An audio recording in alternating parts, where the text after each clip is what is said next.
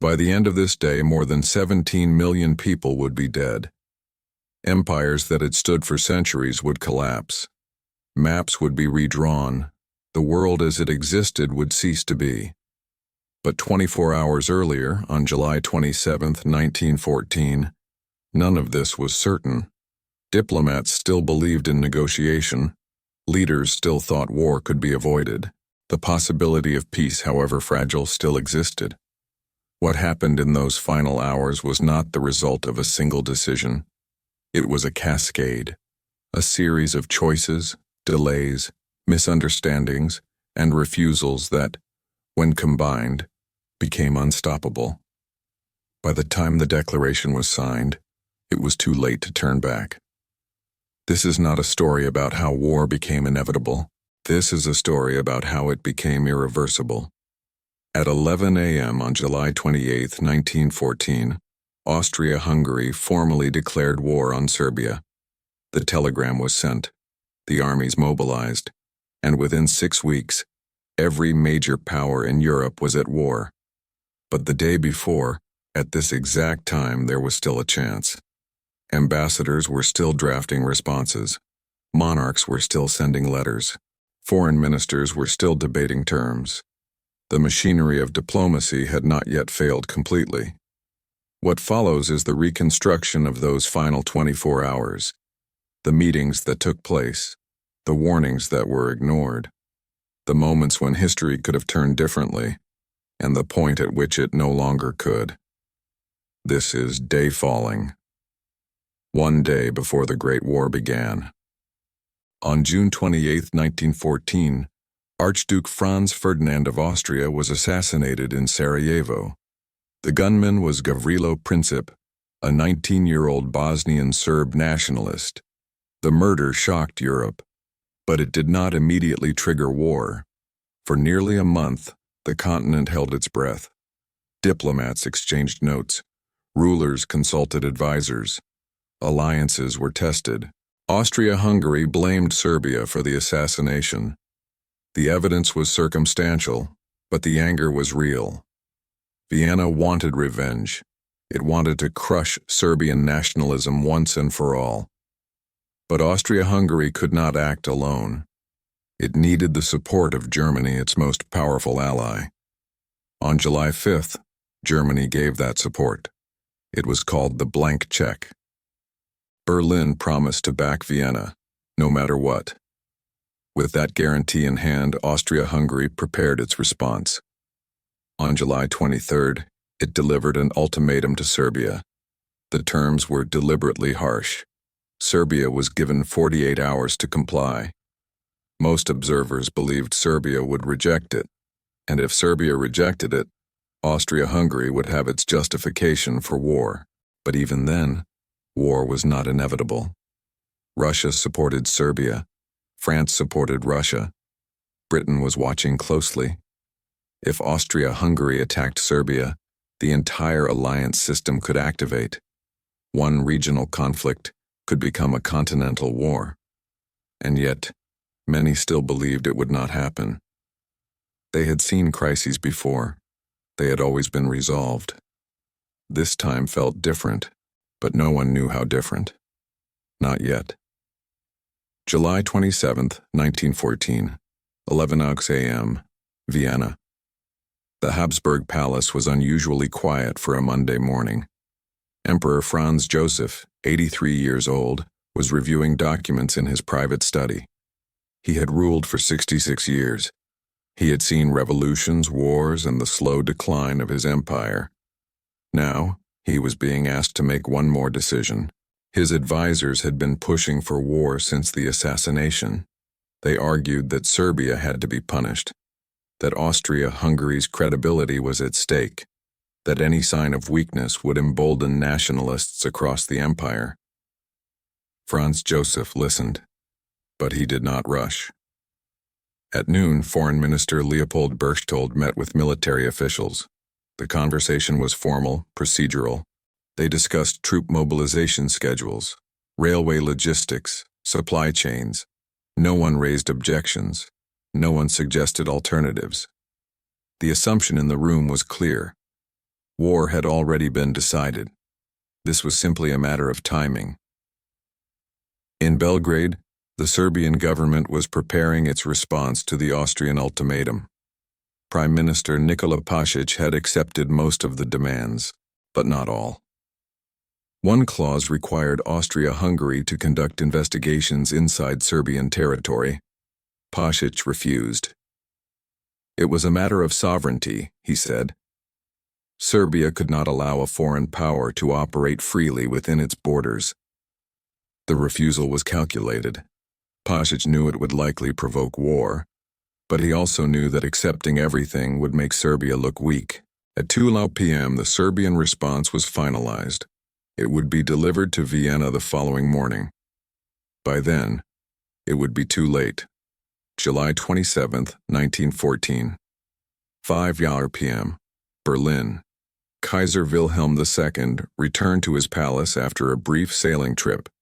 He had been away for most of the crisis. His advisors had kept him informed, but he had not been directly involved. Now back in the capital, he began reviewing the correspondence. One telegram caught his attention. It was Serbia's response to the Austrian ultimatum. Wilhelm read it carefully.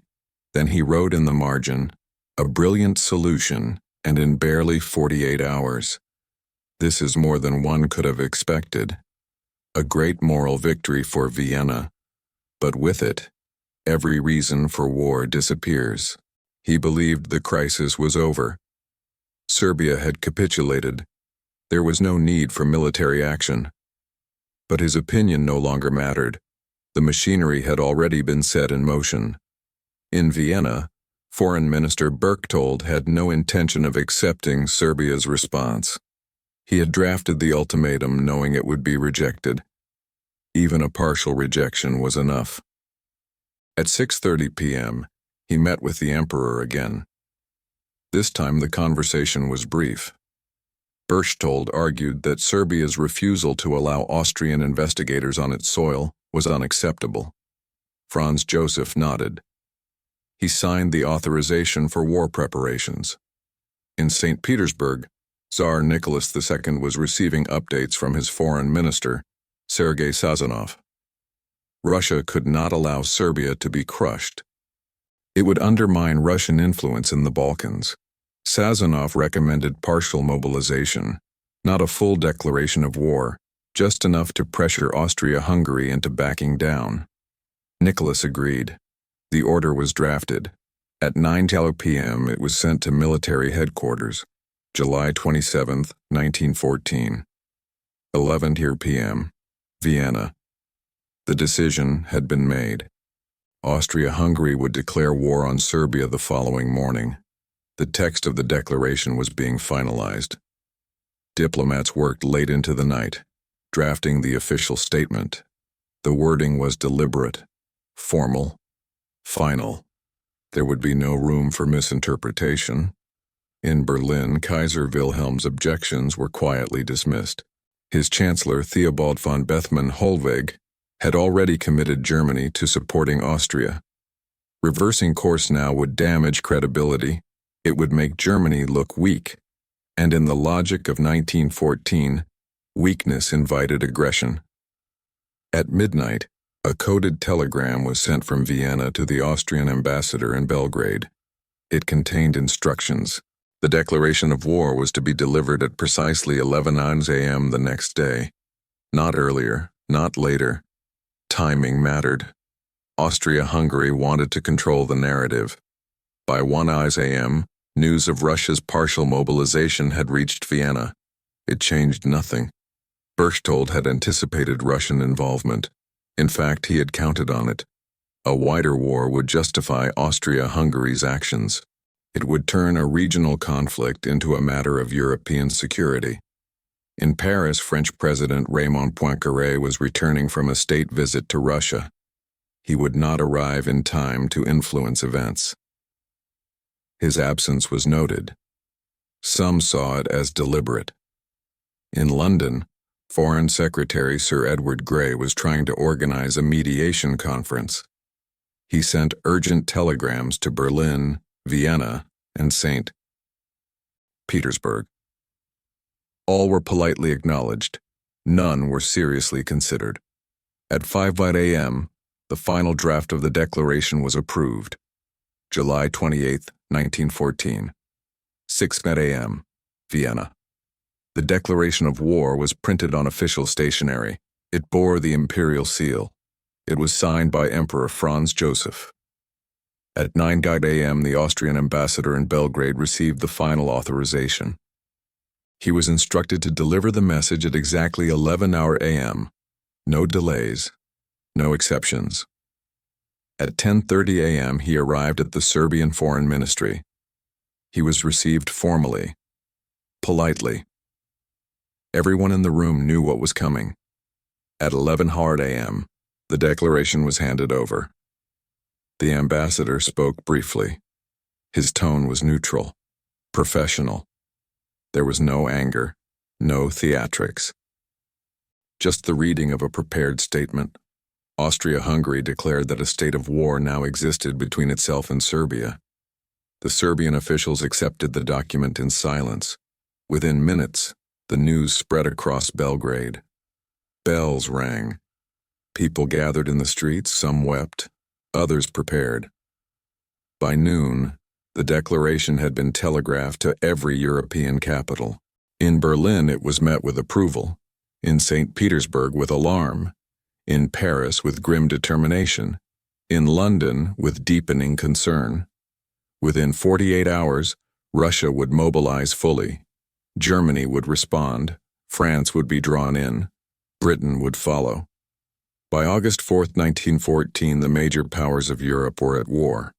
The conflict would last 4 years. It would kill more than 17 million people. It would destroy empires and redraw borders. And it all began with a single declaration, delivered at 11 a.m. on July 28, 1914. This was day falling. One day, everything changes.